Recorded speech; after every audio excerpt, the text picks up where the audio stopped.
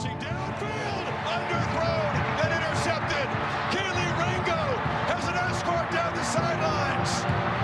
Heartbreak, longing, despair, letdown, choke.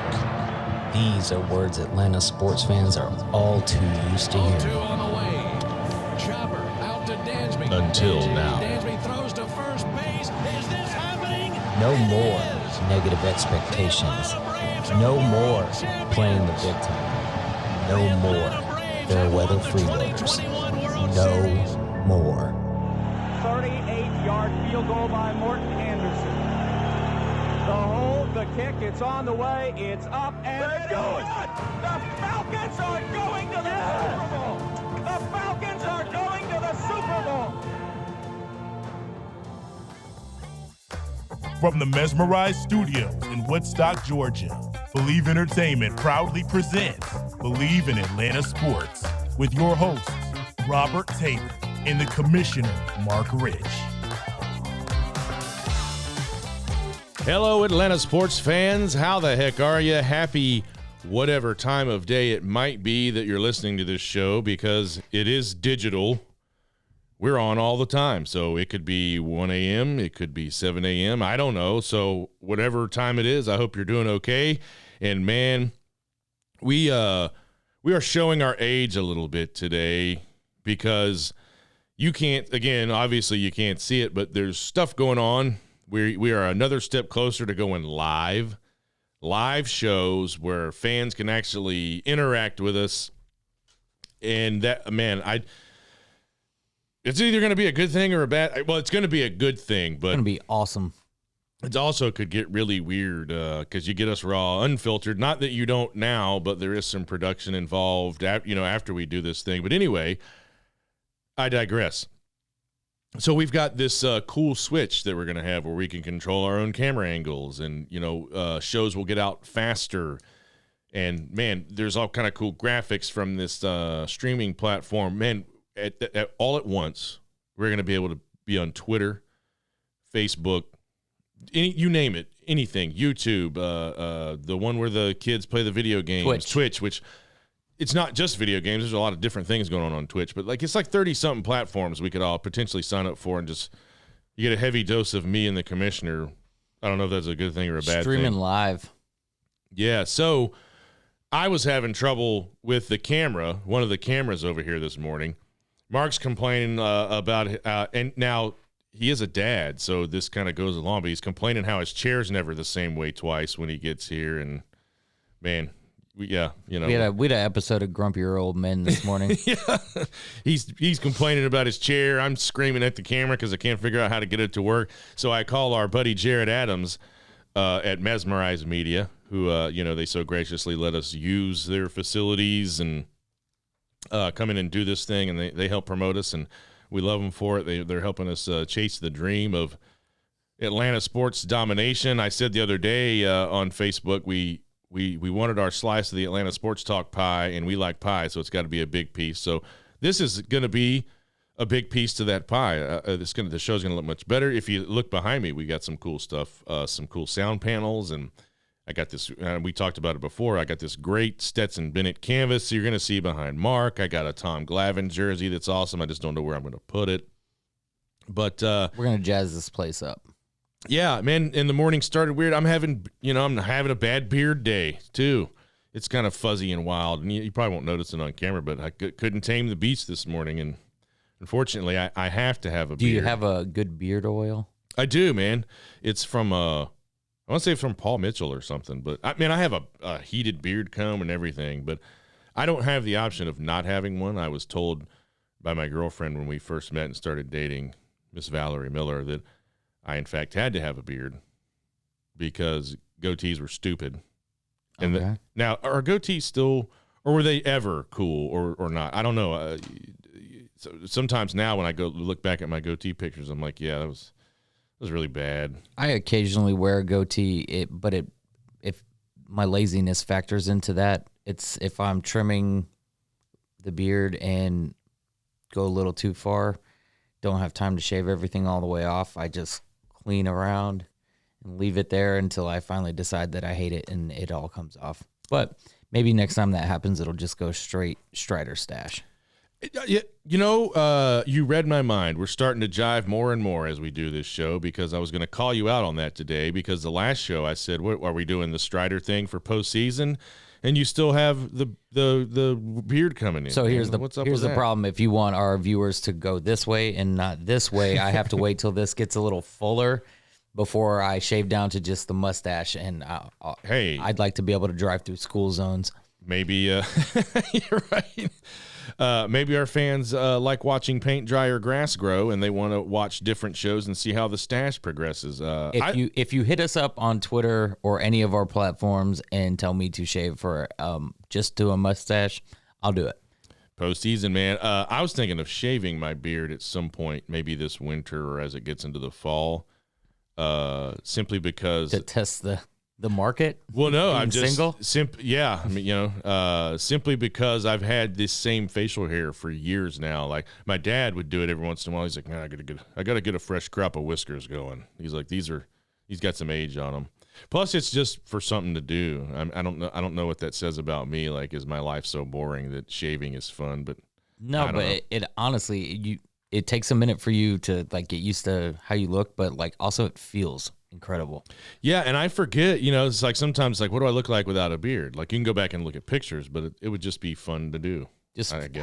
having an old day, feeling old one day, just shave it off and see what happens. And again, I don't necessarily believe this. I know when I look in the mirror, I don't feel like I look my age. I feel like I'm aging pretty well. But I get mid-20s a lot. Last night, one of my coworkers, I was talking to her, and she's like, how old are you? She's like, what, 26? And I was like, yeah, Sure. One time. Yeah. I don't think I look that great, but I do sometimes, people, they're surprised when I tell them my age, and I'm like, I'm Dick Clark, baby, the ageless wonder, man. I'm doing it right. But I do practice some skincare. And anyway, let's not get into that weird rabbit hole. But because we were talking about Spencer Strider and his mustache, let's talk about Spencer Strider. He did something pretty cool. I mean, his whole season's pretty cool, but this one is even more astonishing. And I'd have to say now he's the favorite for Rookie of the Year. Now, some people say Michael Harris will get it because he plays every day, but I think Strider, if you compare the two, they've both done great, but I think Strider's has done some stuff. None of Michael Harris's accomplishments have gotten jerseys sent to Cooperstown, and Strider's, I think, probably has 2 now. But it doesn't matter. I think an Atlanta Brave, one way or the other, is going to get it. And that's awesome that you have 2 people vying for it. It's hard to go either way. Word on the street is Michael Harris would be the front runner. But man, it could go either way, man.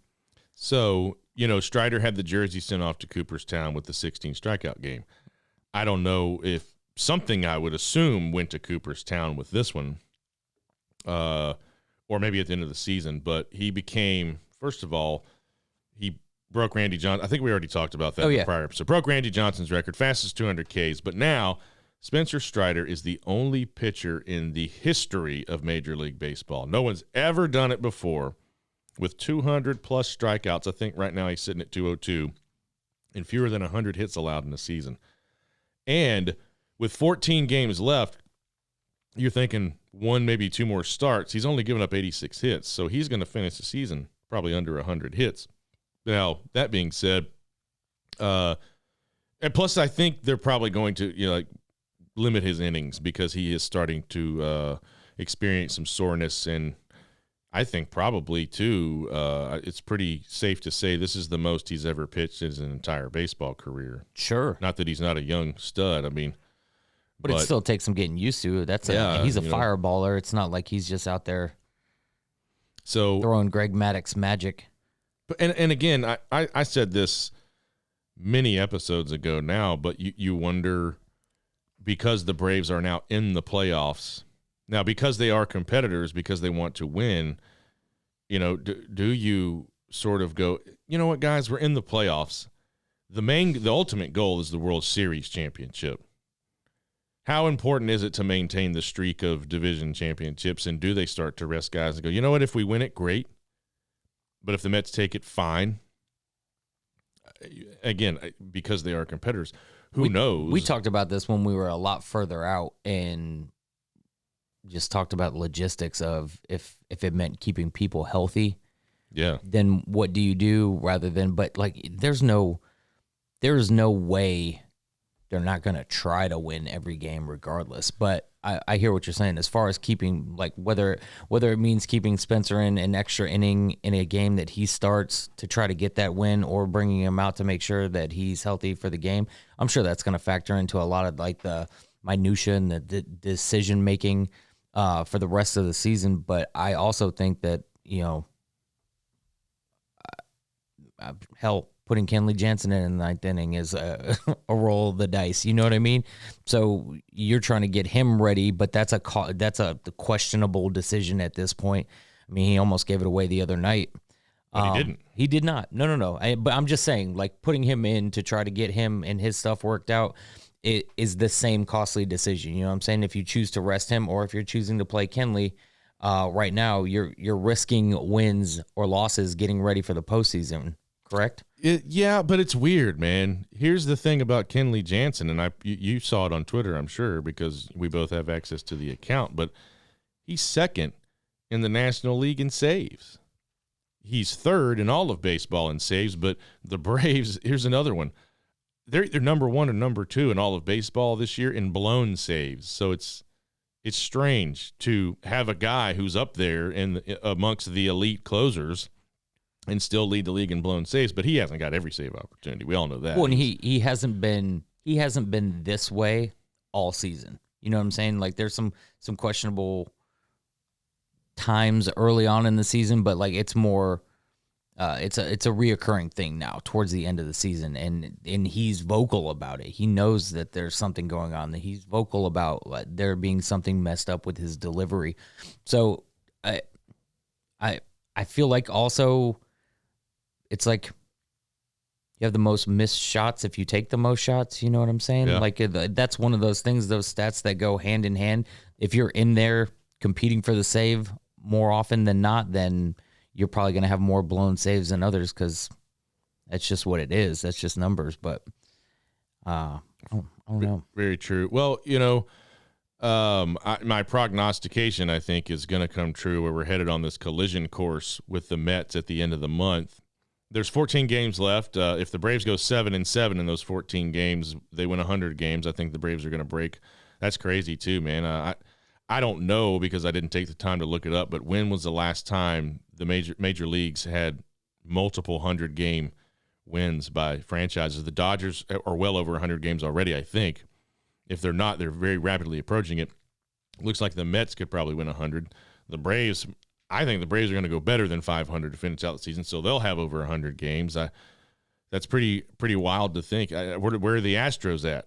They got to be up there too. So that would be maybe I can carry the show for a bit while you do some research. But I can multitask like a I said too that those, that we squared off in that 3-game series, but then there were garbage time games after that.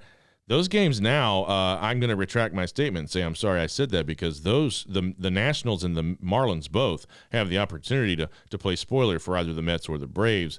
We have the Marlins after that series, and then the Mets have the Nats, the Nationals. And the Nationals gave them a bit of trouble earlier and beat them a couple games. 7-1, I think, was the score of both those games. So the Nationals, we need to be Nationals fans right now. Put your Nationals hats on, guys, because they could really help us. It's a lot easier without Bryce Harper there. Depending on how that season goes. And here's my question, too. What if we finish knotted up? Would there be a one game? Would we go to New York, or would they come down here for one game to decide it? Is it possible? Is there not would there not be a tiebreaker? Do we play an even or odd amount of games? Yeah, to make sure that there's a tiebreaker. I don't know. That's I don't know the answer to that either. I'm killing time while you do some research. I'm pontificating. I got you right here, though. Okay. We are sitting at 93 wins. Mets at 95 wins. Both of us could get there. Dodgers already at 103. Oh, yeah. Astros at 99, so they're going to get it. Yankees at 90. Could be a tall order for them. Yep. No, I was just going to say, like, that one you're probably a little iffy about more than they'd have to get hot.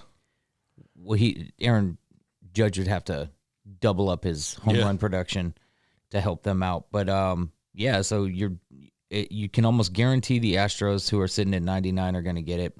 The Dodgers already have it, and then you have Mets, Braves. I think that's it. And then possibly, if the moons align, the Yankees as well. You could have 5. But so when was the last? We'll just go ahead and say, when was the last time there were 4 100-win teams in a season, let alone 2 in the same division? That's pretty. I'd have to think that hasn't happened that often. But that's it's exciting, man. There's a lot of people out there that for some reason don't see this as the Braves playing good baseball, and like, this is what it's all about, man. Competing, checking the paper every day. Like, oh, what did I added the Mets to my app because I want to see what they're up to. I did it weeks ago. And, it's kind of like when they were going at it with the Pirates back in those NLCS series or the Giants. Remember when Smoltz was on the mound? They won it the last day of the season. It was a late afternoon game. They took it out to win the NL West. I think that's great, man. Like, every day I wake up and I'm like, oh, okay, what did the Mets do last night? Oh, they lost. Because the Braves lost yesterday. So this is what baseball is all about, man. It's such a long season that the casual fan, I feel like, just doesn't. It's nobody's fault here. Casual fan just doesn't like get this feeling towards the end, or maybe doesn't pay attention through the rest of it because it's fun. Like, and it's one of those you don't miss it till it's gone type deals. But like, this is like the culmination of everything that long season's been preparing you for, and it's been fun for Braves fans. You know what's cool though about having a great baseball team, is like the Braves are now. You don't miss baseball all that long because think about it. You go deep into the playoffs. You're talking about early November now. You go to the World Series and win it mid-November, I think, right? Yep. So then, now bad for the players maybe because they don't get as much free time as they'd like. But then you think about it, you have a month and a half at the end of the year, and then a month. It's 3 months because Valentine's Day, pitchers and catchers report. So you really don't miss that much baseball. Now, if your team stinks, you're done at the beginning of October, so you got October, November, December, January. It seems a lot longer, but man, you have to watch other people play baseball. That's the tough part. Yeah, well, as much as I loved it, and you know what? Since starting this show and like, kind of, I guess the politics and the COVID-y stuff have gotten out of sports like that. Just as well as anybody, it turned me off, and I didn't tune in a lot. But I also, just like being in the restaurant too, it was like didn't get a lot of Braves games in because I was working at night while they were playing. So I would watch other teams, that when the Braves didn't get in. But, man, I live for this stuff because, like I said, I love it all. I love it all. The Falcons, Hawks, all the things. I'm really more amped up. I even told Valerie, I said, man, we're going to have to watch, because she loves the Hawks. She loves going down to the games. I said, we're going to have to start watching more games at home on the television to keep up, because guess what? We were going to have this Zoom thing. I got to stay on top. We got to get you out to the house too, man. We can watch some b-ball together. 100%. You could school me some more, which kind of brings me up to the action figure. We found a website, and you guys haven't seen the picture. I don't know if you put it on our page. Nope, but I will. It is the most glorious basketball photo, maybe even sports photo of all time. Like, screw the photos of Griffey, like, jumping to rob one. This is epic, and we found a way to. It's expensive, but we found a way to turn it into an action figure that'll go right here. But I also said today that the Skyhawks of College Park are hosting open tryouts, and I say, suit up. Same uniform. Same unis. Get the high knee socks. The old school Charlotte Hornet knee socks. The shorts everything and go bust it out. Maybe a headband. I think I got a pair. I think I have a pair of boxer briefs bigger than those shorts. It's awesome though. And somebody, it's one of your friends. She posted every year. That's my aunt. For your birthday, right? My aunt posted it original. Well, that photo circulates, and like I feel like it pops up at different times throughout the year on people's get notifications for it at different times of the year. So it seems to just pop back up. But that's a family favorite. Yeah, I mean, when the first time I ever saw it, I was like, "Wow, that is fucking gold right there, man." I was like, that is, and it's straight. It's got to be late 80s. But you look, oh yeah, it's I think 80, 88. Yeah. 88 maybe. But when you see it, you just know, in the back of your head, I'm about to throw the most crisp bounce pass you've ever seen in your life. Anybody that was around in the 80s or maybe have seen their parents' old photos, just think about the rec centers uniforms back in those days. Just think about it for a minute.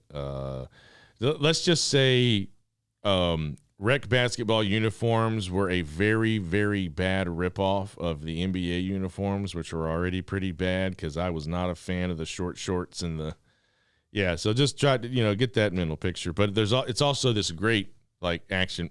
You got to see it. He'll put it up there. It's all awesome. Platforms coming up later. You'll see it before you hear this probably. Yeah, so, man, that Hawks season, man, it's coming up fast, and – it'll be here before you know it, and I'm excited. We're like 3 weeks, a little over 3 weeks out. Which I got to drop an email to the people over at Atlanta Hawks just to touch base and see how that's going to go down because I couldn't be anymore. I don't know if we maybe get to go down to the stadium and there's a room we all sit in, or am I upstairs in the robe, talking to Trae Young or whatever. So it's going to be great, man. It's however it works, we just need to figure it out. I'm like chomping at the bit, mildly salivating over the idea of anything, no matter what. Put me on a Zoom call. I don't give a damn. Yeah. I'm ready to be a part of it, and that's just like we'll be able to see a little bit further into the future, see what that's gonna be like. Exactly, man, and. I was actually reading too, just because we've been granted the access. The vice president of PR has been in touch with me saying, hey, I'm going to offer you this and let's get this thing rolling and feel free to drop a line and just kind of get updated.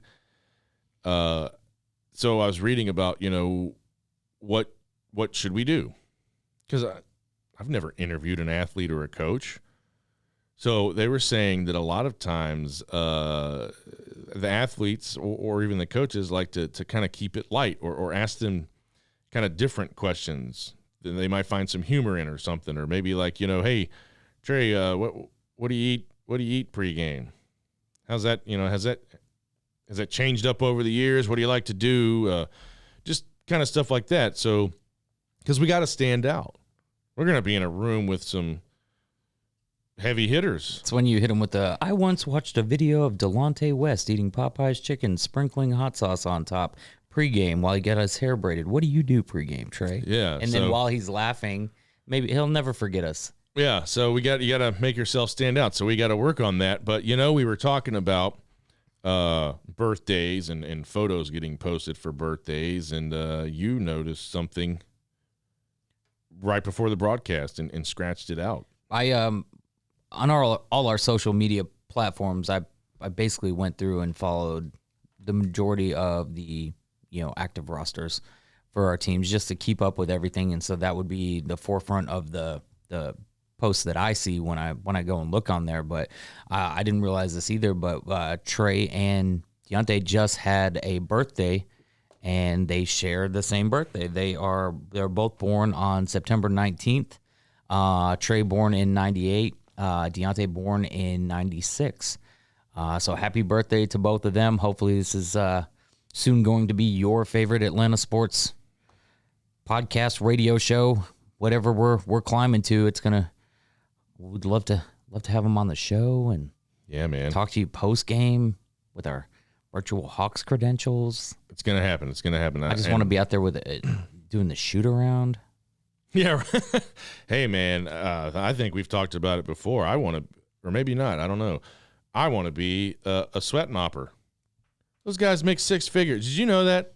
No. A sweat mopper. Shut your mouth. Yeah. There are sweat moppers in the NBA making $100K. Sometimes more. Earmuffs, Uncle Donnie. Yeah. I would stop everything if I got to be a part of every Atlanta Hawks home game and make six figures. That's ridiculous.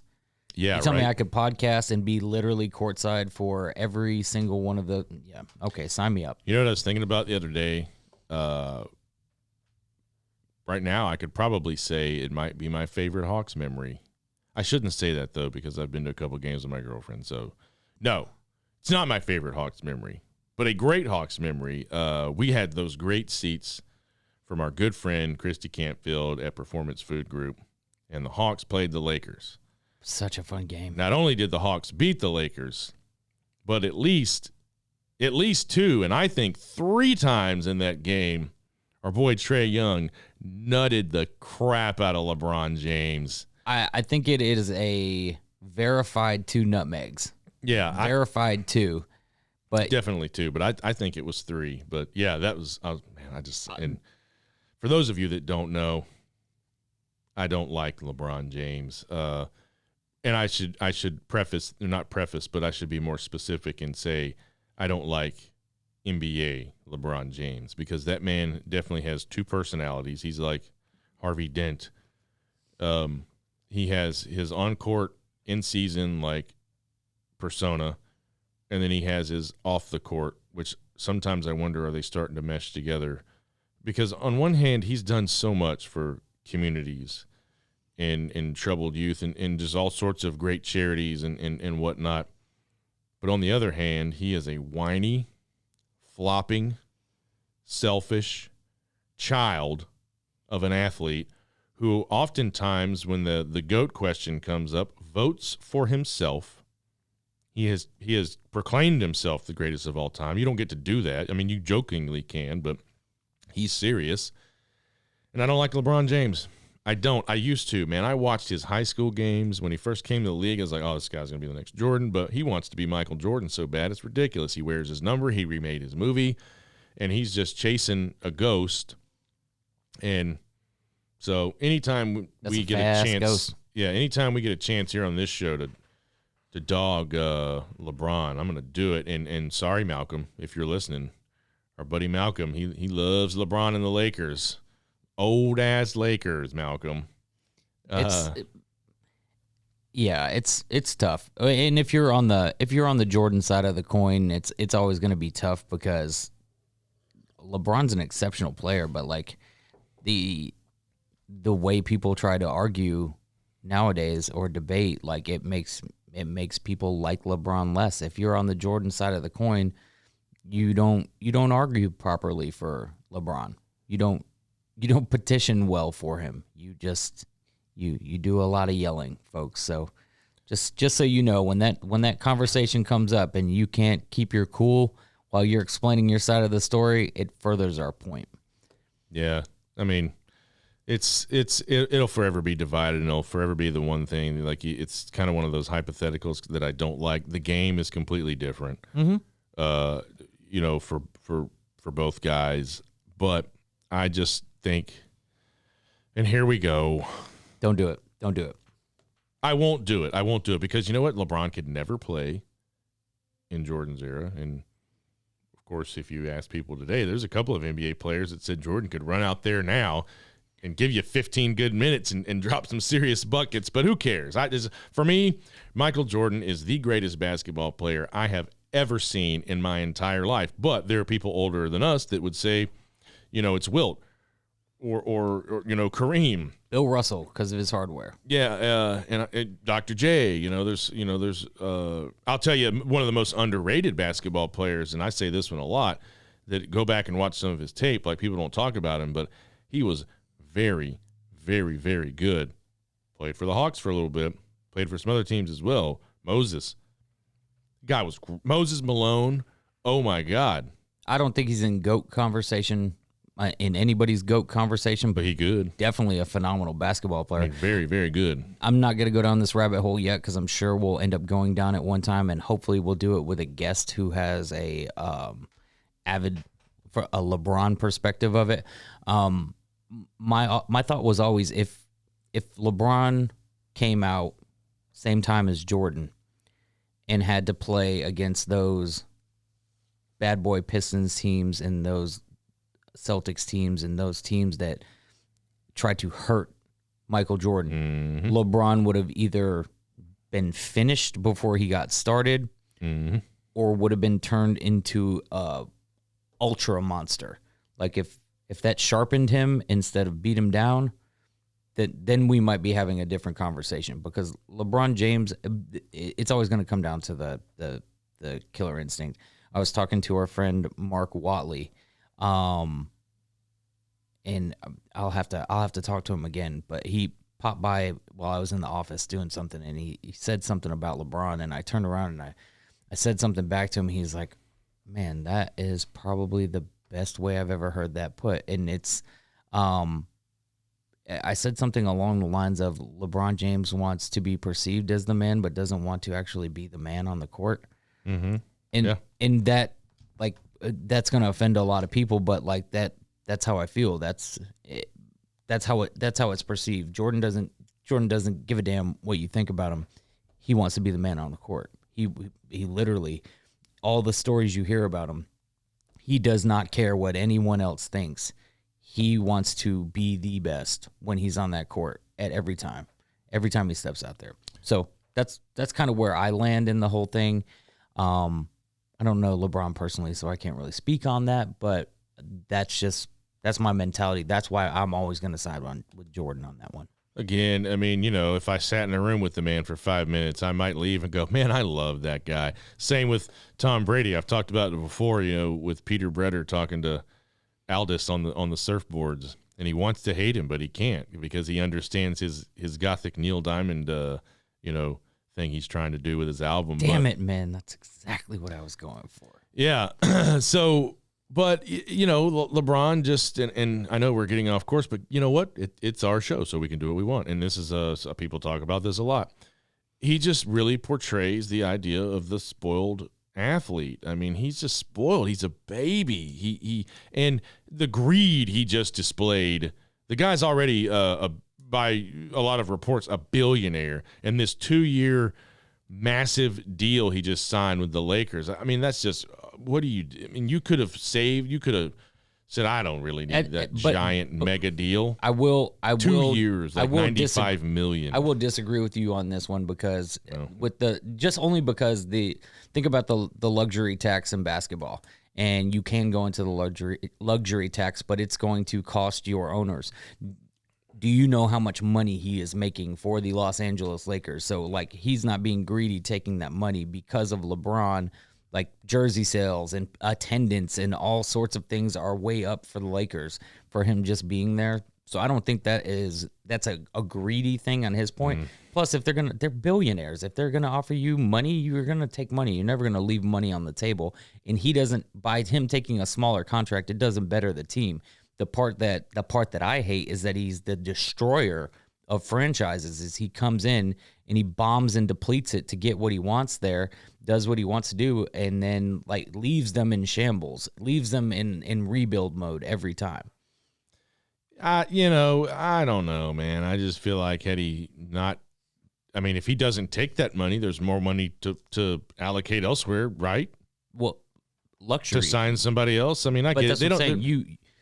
There's a soft cap in the NBA. Yeah. They just have to pay a tax on top of it. So that's why you can have all these ridiculous payrolls. I don't know, man. And maybe it's just me. Like, if I'm a billionaire and the Lakers offer me 2 years, $95 million, I'm like, I don't know, guys. Could you do something else with it if I just took 2 years, 45? I don't need the money. I am in no way ever leaving that money on the table. Well, I mean, hey, it's if it's a salary cap, if it's a Tom Brady thing, and your wife makes more money than you do, and you're like, I really just want to win. So in a hard capped NFL, you take less money and you work stuff around. And let's not pretend that Tom Brady doesn't like somehow make that money back some way. God, Robert yes. Kraft made sure that TB12. guy. Yeah. Robert Kraft will make sure that guy's taken care of probably for the rest of his life.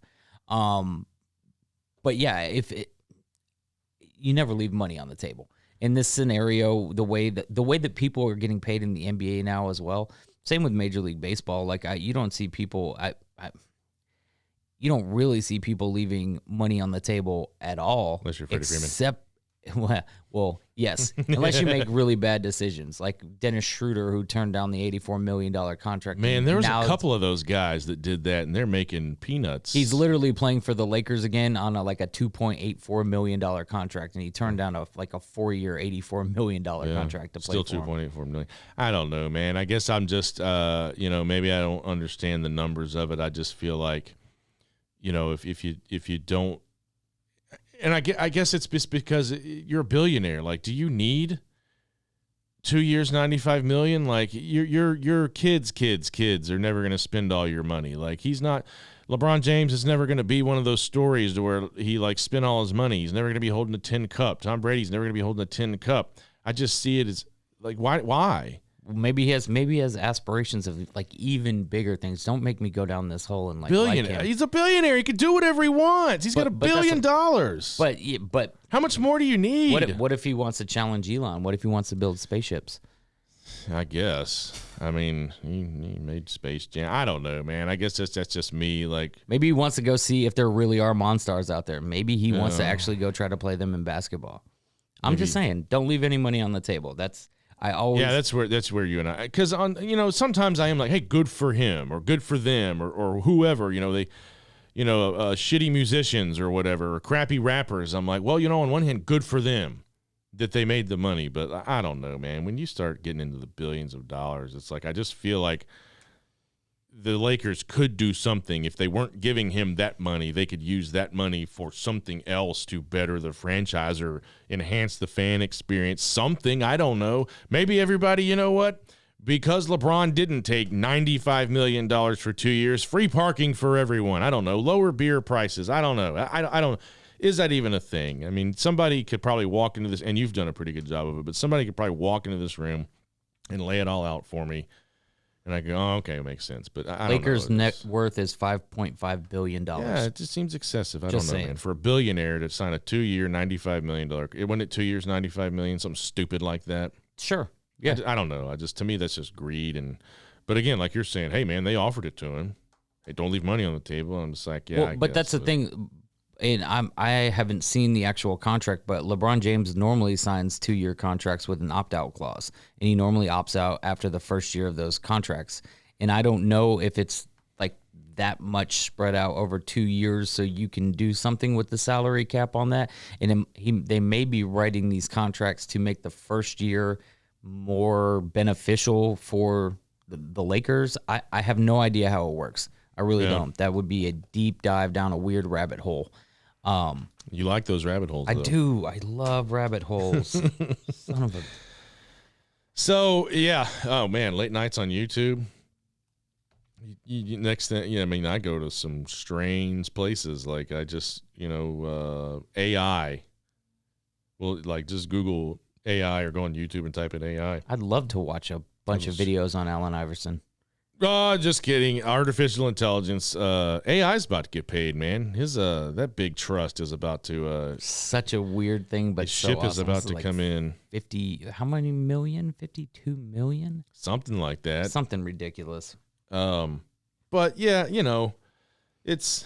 I'm sure if I spent 5 minutes with LeBron James, I'd be like, did we just become best friends? Right. Of course. But let's just say the way that he is portrayed in public, in the media, it's not. It's a tough time it's a tough time to be a polarizing superstar, because it's love or hate. There's no middle ground. And he is definitely a villain. He's a heel, in as they would say in wrestling. He's a heel. Well, sure, because even the people that love him have to hate the people that don't. You know what I mean? Yeah. It's just a weird dynamic. Moral of the story here, though, is Hawks are coming back, and we are super excited. You know what's not hypothetical? What really? And I'll just quick side note: The fact that he never participated in a dunk contest pisses me off, too. Yeah, it always pissed me off. Like, what are you, too good for it? Get out there and show us what you – or maybe you can't dunk that good, LeBron. I don't know. Anyway, he's never going to. It's never going to happen. But this actually could happen. It really could happen. And I think probably the entire world – it would probably be the largest sports spectacle pay-per-view event ever if they could get both parties to agree. Jordan and LeBron, one-on-one. Game to 11, half court. Man, Jordan could still play. The guy's not that old. I feel like Probably still in a little bit. I don't know. Maybe Jordan isn't in shape anymore, but he could. What if it was like Rocky and Apollo? Like we have a whole montage of Jordan in the gym getting in shape, and LeBron's already a beast. That dude's very fit. But like they could break the whole internet if they just played a game of horse. Yeah. Hey, people with money. Yeah. Listen up. This could be huge. Jordan versus LeBron. Or maybe they have their own, like a three-man. You know, Jordan, Pippen, because Rodman talks some trash. Jordan, Pippen, Rodman. Well, Pippen's never going to step into a room with Michael Jordan again, probably ever. So Jordan, Rodman, Steve Kerr. Kukoc. Or somebody versus LeBron, D-Wade, and whoever else he could get. Listen, maybe Kevin Durant or James Harden. I love the hypothetical. Man, dude, but that really could happen. That's a thing that could happen if those dudes would be like, sure, we'll train up. I think they're all too rich to. Yeah, they don't care to sacrifice their pride for that, because somebody has to lose in that game, and neither one of those dudes would want to. It wouldn't be Jordan. Yeah, but you don't. Man, that's a tough thing to say. A one-on-one game against LeBron, who is in peak physical condition, and Michael Jordan drinks, plays golf, and smokes cigars every day. Yeah, so, but he did that while he was playing too. He's got some miles on him. But I'm just Jordan saying, had he'll fake him out with that little one hand. Oh man, I'm telling you. No, I'm team Jordan. But all the way, Homer, Jordan, Homer and up. Jordan doesn't know how to play defense in the NBA. He can't touch He's got anybody. Rodman, he will put LeBron in a headlock and bow him down. I'd watch. I'm just not putting any money on the game. No money. That one, man, I'm telling you, that would be a thing. But man, we got so we've touched on our Braves. Everybody kind of knows what's going on there.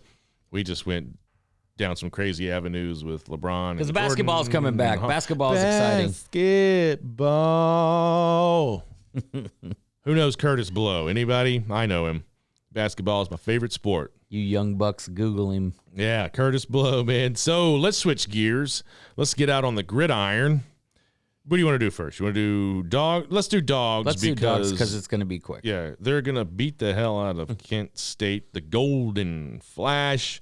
This Saturday, you're probably going to have to listen to Scott Howard and Eric Zier because it's on SEC Plus. Which I just found out today, which is wildly disappointing. So it's going to be a bloodbath. I told Mark I was going to be out in the yard, so I will just listen anyway while I'm doing yard work. But then I followed it up with, at some point in the year, maybe in the time between after we kick Tech all over the yard in the SEC championship game, we're going to do an entire episode of nothing but Munson's greatest calls.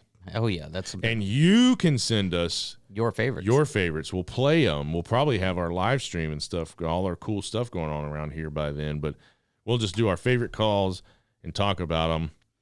And while we're on the subject, what is your favorite Munson call of all time? Oh man, there's a lot, so it's kind of hard. But first one that just pops in. It's got to be Lindsey Scott. Okay. Got to be. Man, mine. And I think it was we beat Florida. We hadn't beaten Florida in a long time, and and I kind of want to do a Munson, but I can't. I can't do a great Munson. But he basically, you hear him, and he said this over the years, but I don't know why this one was so much more sweeter or more profound or whatever in the moment. But he's the game is over, and he goes, "It's over.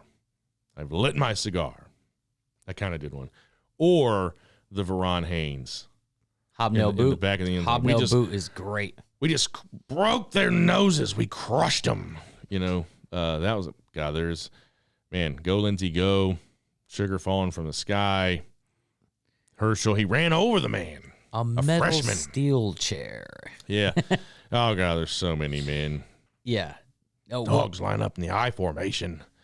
I hate to say, Hunker down one more time. there you go. You know, all the man, Larry, I don't care what anybody says, the greatest college football announcer. And again, total homer. He made no bones about it. No. And I see, that's a thing though. Like, they have all these documentaries about Larry Munson, and they're like, you're not supposed to do that. He didn't care. He didn't care. He's like, Nope. I'm Georgia's announcer. This is my team. And I love them. I truly I'm a dog. Yes. Till I die. You know, what does they say? Bulldog born, bulldog bred, and here I lie, bulldog dead. Yep. You know? You listen to Steve Holman call the games too, and they're like, you get a lot of that from him too, which I love. But you mentioned after we kicked Georgia Tech around, there has been mention.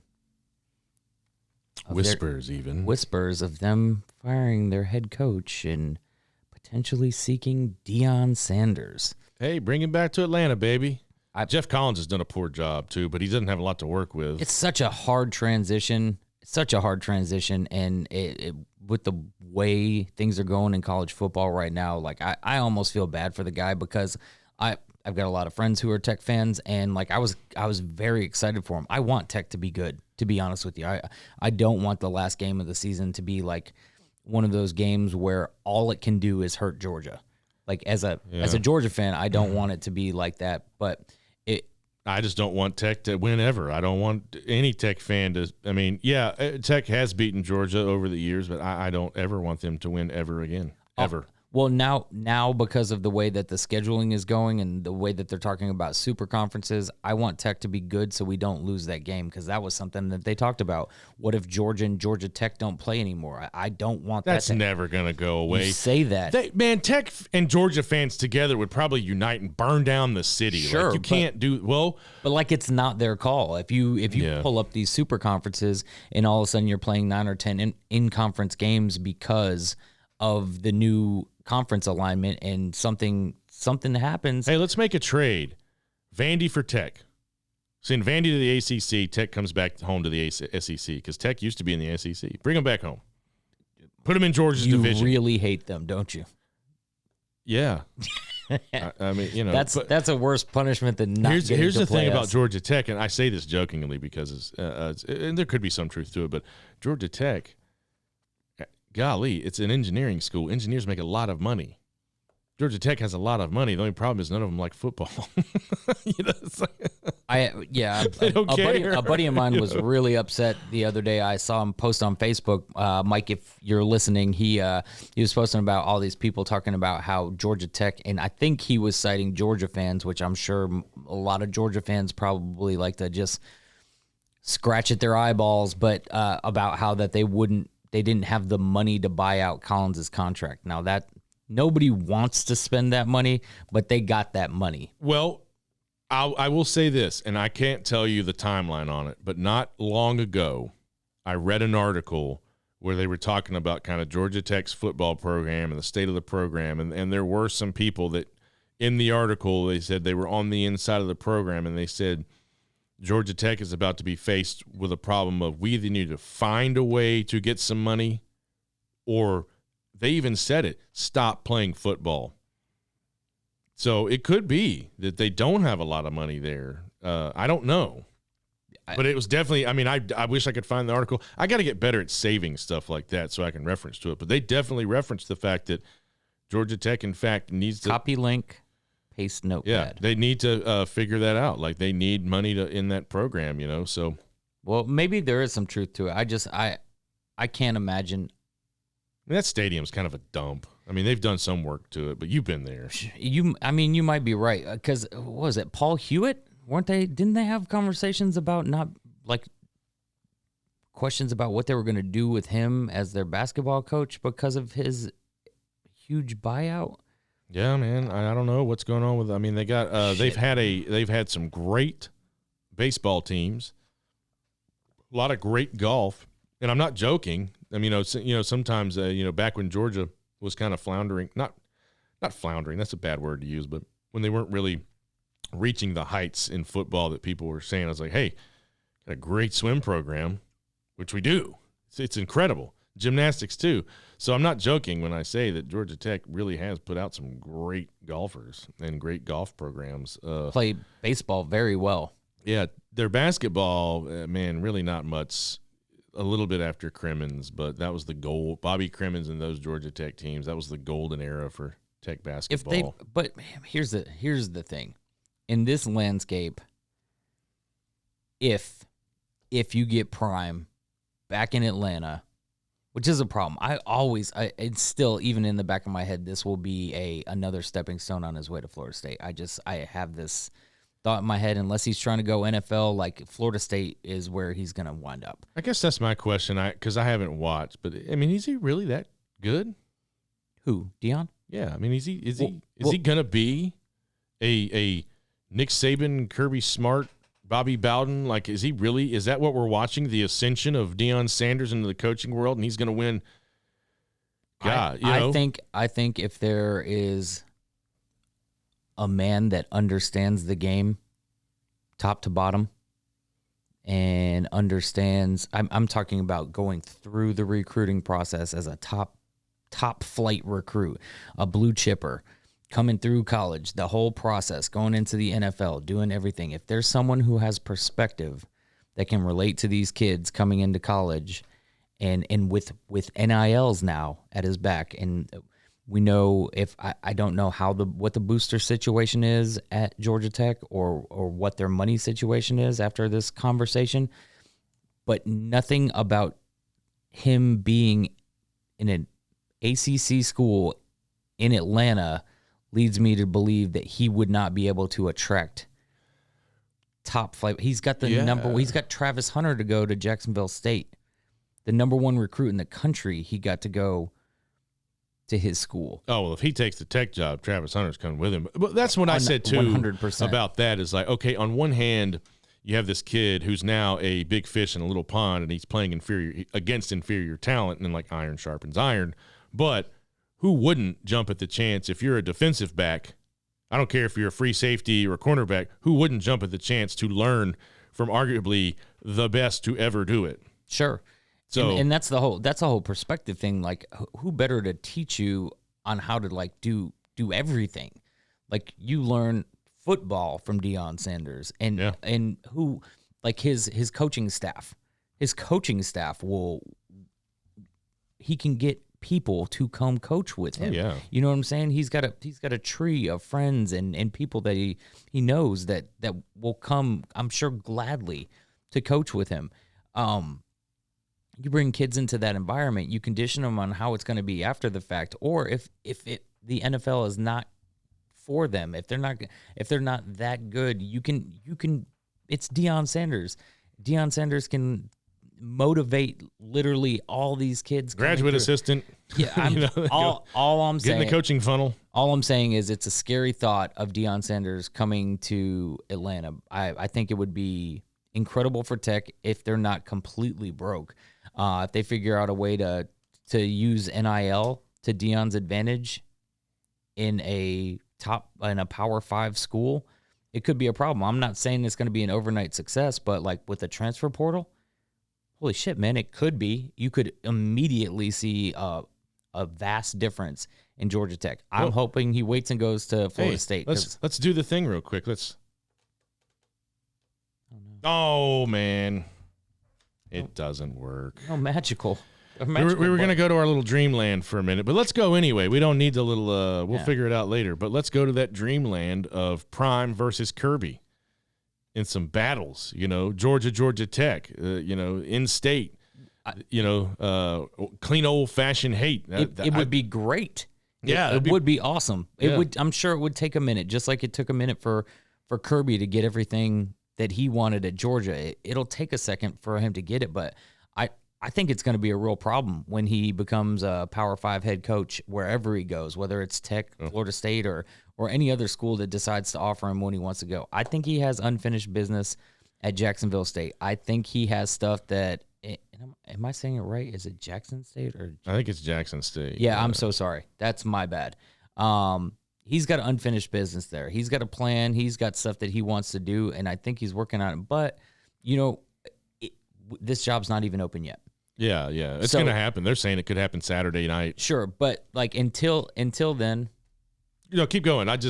Something came in my head. Until then, these are all hypotheticals, but I think Deion Sanders in Power 5 at a Power 5 school is going to be a huge problem when it comes to recruiting, and if they get any NIL money behind what he's doing there, it's going to be a problem wherever he goes. Yeah, so I know I'm gonna look into it. I know you will, probably more so than me. Oh, sorry. I know that my girlfriend would say that's rude, but that yawn it wasn't going away. It had to come out. So a thing popped in my head, but I'll get to it real quick. I think for him to take that job, and again, we don't know Georgia Tech's financial situation, but I think he's okay, where's the money? Because there's no doubt about it, Georgia Tech, and that's the thing in that article I read as well, without question, they need better facilities. 100%. He's like, okay, what are you going to give me? What can I do? But we were talking about coaches getting fired. And Herm Edwards, did you see that? Oh, my God. He got fired in the end zone. Fired in the AD and the president of the school met him in the end zone. But that's embarrassing.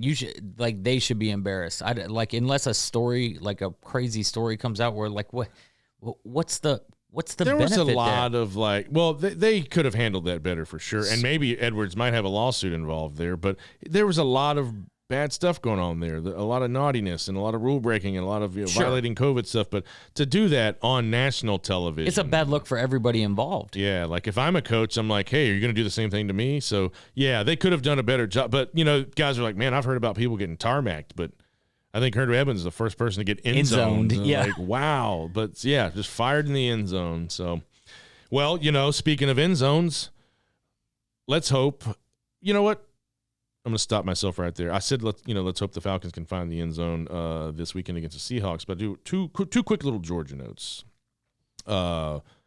William Poole penned a very nice letter. He has decided to end his playing days, I'm assuming, for good. I don't know. He's going to go to the NFL, probably not. But so he's out, just for if you Georgia fans didn't know. That one kind of slid under my radar, too.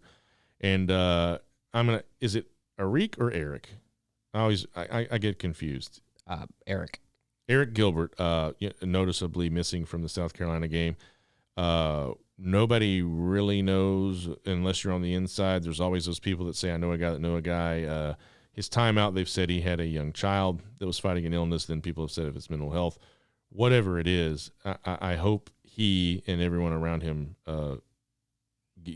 figure it out and he gets better, because he's seemingly a very, very good talent. Almost one of those kind of Kyle Pitts generational guys. They say he's really, really good. So all things aside, I hope he figures it out and gets back on the field, because I would love to see what this kid can do, because he has yet to – I don't think he's gotten on the field for Georgia yet, has he? I mean, he very, very sporadic. I think he was on the field for 2 plays, maybe. 2 plays in the opener against Oregon, if that. But hope everything's okay, man.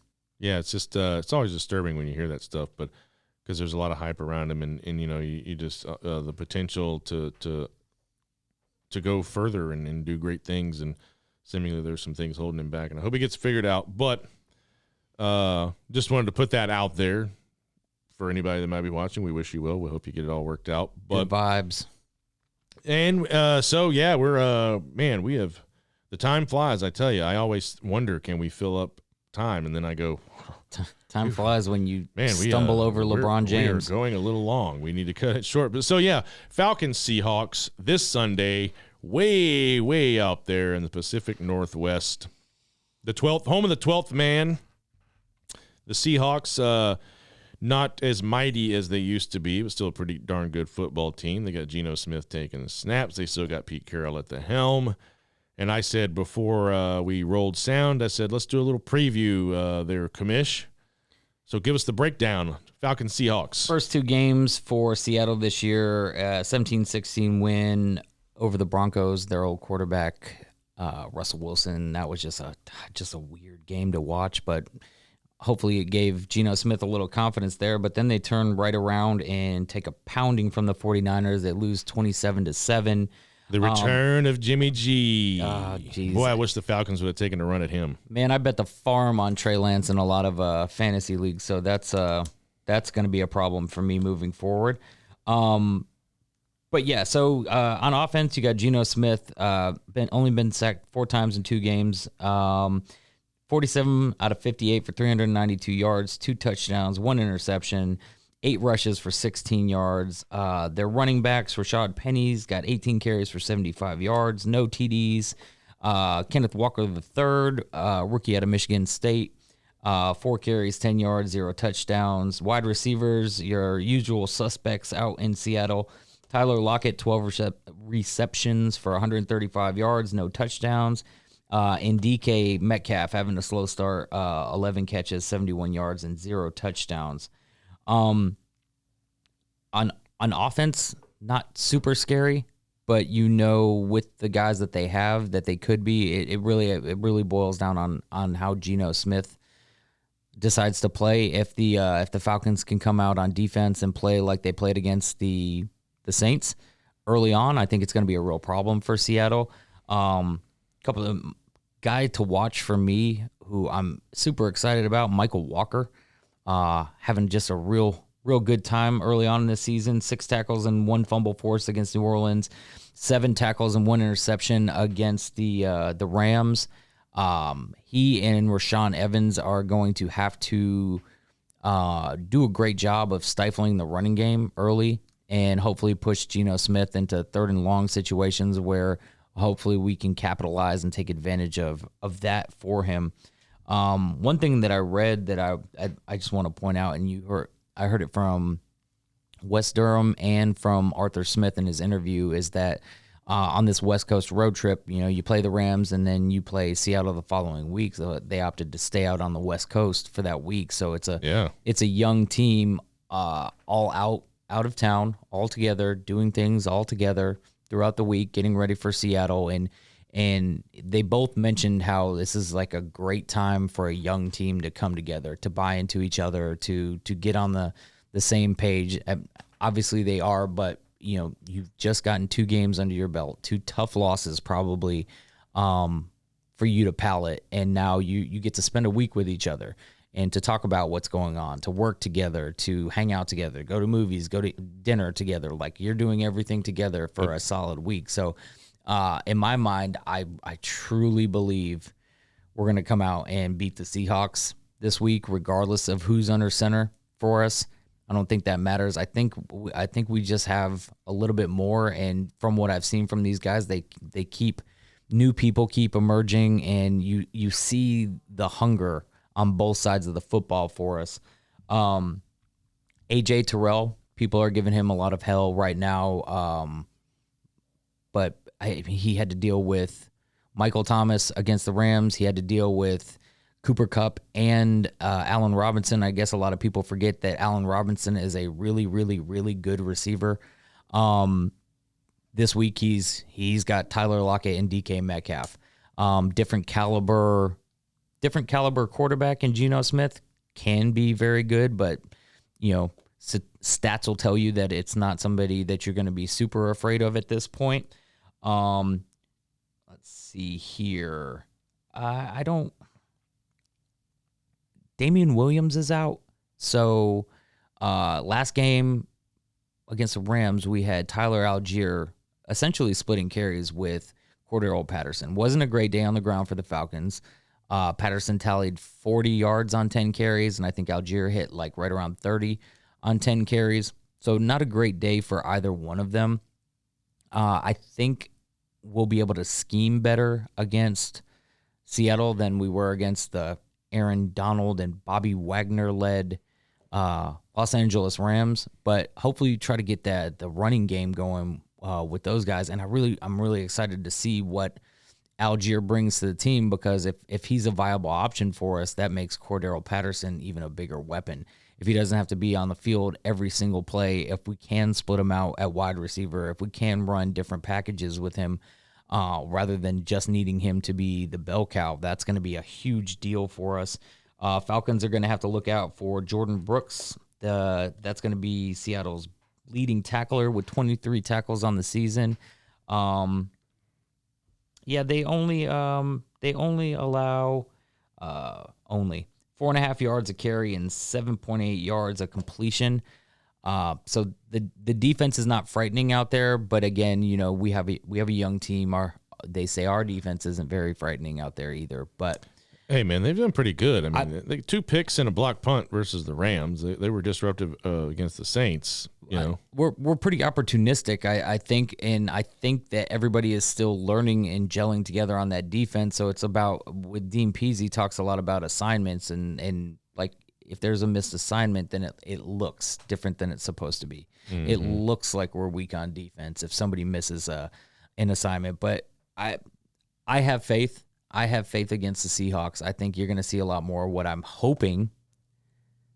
really, really hoping, again, no matter who's under center, and all signs point to Mariota at this point, is that he's starting. Is that I don't want the fans and everybody to influence how Arthur Smith coaches, but I do want it to kind of like put a bug in their ear about the elephant in the room, the Kyle Pitts not being targeted, and when he is targeted, it's just lack of, I don't know. It's not, we're not trying to put him in the best position to succeed. Pitts has said he's not worried. He's not nervous. He doesn't care. It's not about him though. It's about our team being better. Yeah, of course. You have to get him involved, but basically what I'm saying is like fans are concerned, but Pitts isn't.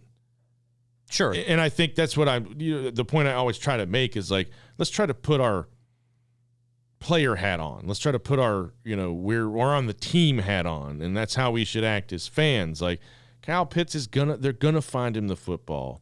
Arthur Smith knows, but he doesn't give a damn what anybody says. Sure. Well, that my whole point was not necessarily that they hear the fans calling for Kyle Pitts, but like that's what everybody's talking about. Why aren't we using Kyle Pitts? Why aren't we doing that? I don't want that noise to affect them, but I hope that is something that they're worried about too. Like, we got to get this guy involved. This guy will help us win football games. He's a game changer. It's not just, I mean, you're out there and like, you don't care like who gets the most receptions and everything like that, so long as you're winning. Well, we're not winning. So, and I'm not saying that it has anything to do with whether he's catching the ball or not right now, but I do think that if we actively try to get him more involved in a football game, I think it gives us a way better chance of winning. I mean, I'm sure Mariota's missed some opportunities, but I read an article saying that he just hasn't been there. He hasn't been open, or he hasn't been available, or But again, we said this last show. It's easier to look at the screen and go, there he is, than when you got Aaron Donald running in your face. So look. And again, I'll always say this: it's game 2. Yep. They're going. Is it unsettling or maybe a little disappointing that in 2 games of the season, 2 for 19 in the LA game, and I don't know what he did against New Orleans. Obviously nothing, or we'd be talking about it, or we would have heard about it. So yeah, Kyle Pitts has got to get involved. Mariota has to have a strong outing. I guess I would, if I'm going to pontificate. Or not, that's not the wrong word. Pontificate means like to kind of ponder or whatever. Prognosticate. I would have to think if Mariota makes more bad decisions with the football and doesn't have a great game, they probably maybe do. Maybe even in that game. Maybe late in that game. The show starts. Who knows?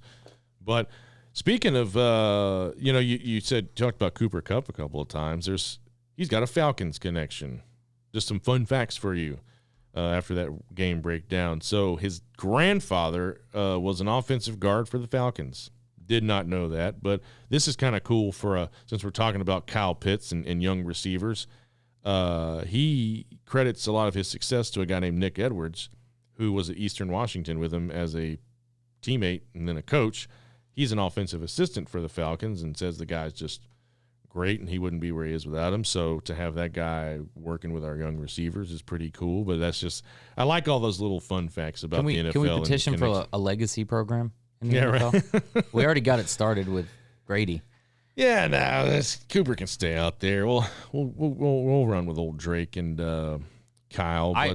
Drake's another thing. I hope I hope to see another heavy dose of Drake too. I always look for a balanced offensive attack, but I think if we're able to run the ball, obviously that opens up the passing game for us, and I'd love to see another strong outing from Drake. I'd like to see him get, over 100 yards. I'd like to see his confidence keep growing and maybe hurdle somebody else. I think he will. So many people after 2 games had you know who Jim Cramer is, right? The stock guy. Like, they had the big button there, still. And it's like, calm down. I even told a guy on Twitter, he's like, hey, everybody still believe in Arthur Smith? I said, we all should. Yeah. Because it's game 2, year 2 of and we've talked about this before, but I'm going to say it again. Probably, quite possibly, arguably, everything you want to say to include everyone, to make sure everyone's included, so we don't hurt anybody's feelings by saying they're wrong somehow and saying they can't feel how they want to feel. But one of the more difficult rebuilds in recent memory. You can't. I mean, it's not time yet. But also think about it from the fan perspective too. So like, you got teams that are constantly in a rebuild. You got your Jets, you got your Browns, you got these teams that have, in no offense to all you fans, but you have these teams that are consistently trying to build up, right? So when their coaches get fired after another 3 years or another couple years of having a bad team, they're used to having a bad team. So when you come in to rebuild that, the expectations aren't there. When you're coming off of, for the Falcons, they have these lofty expectations. And, we went to a Super Bowl. That was a while ago. A long time ago now. Right. But exactly. But the expectations here are different. So like, I don't understand how. That's my problem. Arthur Smith did a whole lot more with what he had last year than he was expected to. And this year, it's a whole different ball game. A lot of new faces trying to work that out. But still, like what you're seeing on the field, you're not seeing W's.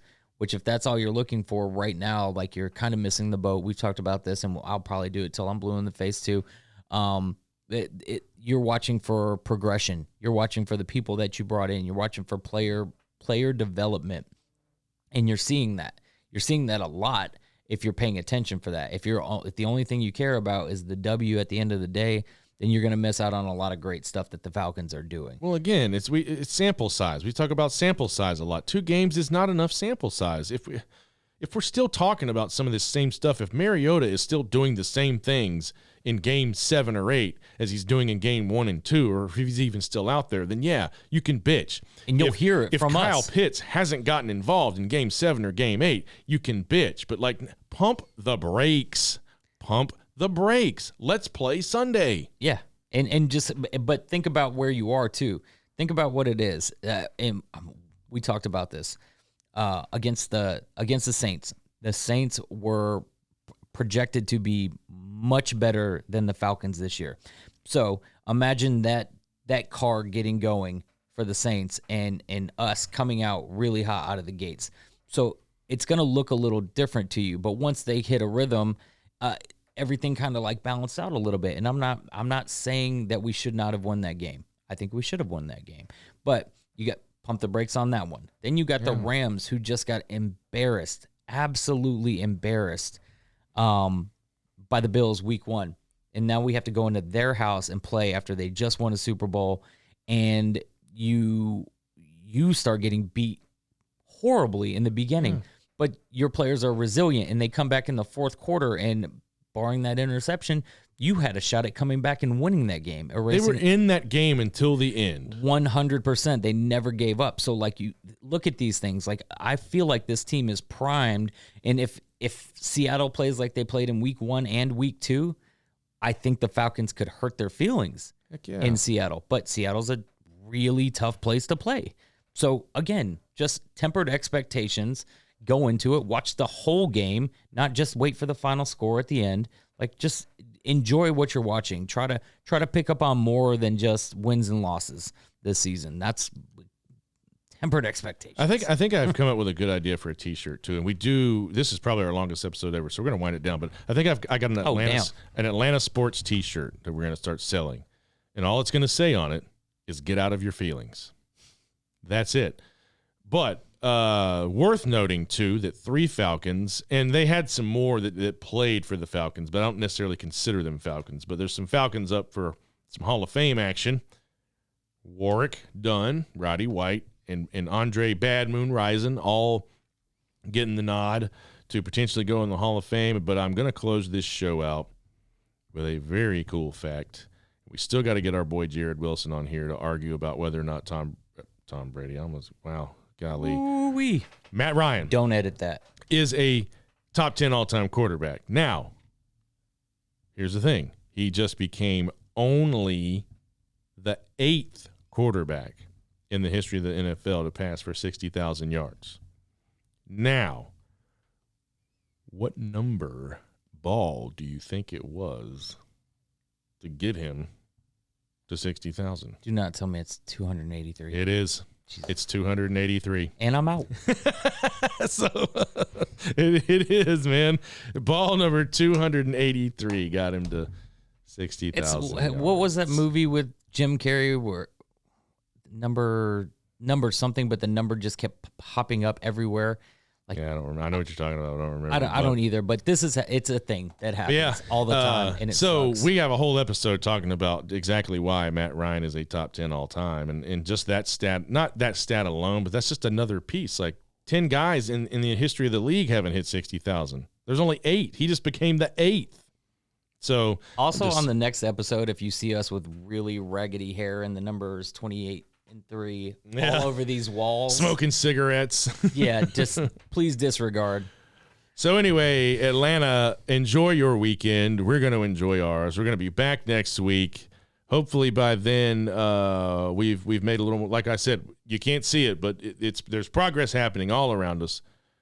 Our auction stuff gets picked up next week. There's another auction next week because we have a fundraiser out at Gustin's Grill and Tap in Ackworth. We might even spend some more money to get cool stuff in here. But, man, keep riding with us because, hey, we got more subscribers. Our subscriber numbers are up. Our listeners are up. Our listen time is up. We're just going to keep grinding. We're just going to keep coming back for free, mind you, even though one day we hope to live out the dream of getting paid to do this, but we're just going to keep coming back. So please interact. We got a lot of great stuff going on, but again, we're rambling on. We got to go. We love you, Atlanta. We need you. Goodbye. Do you believe?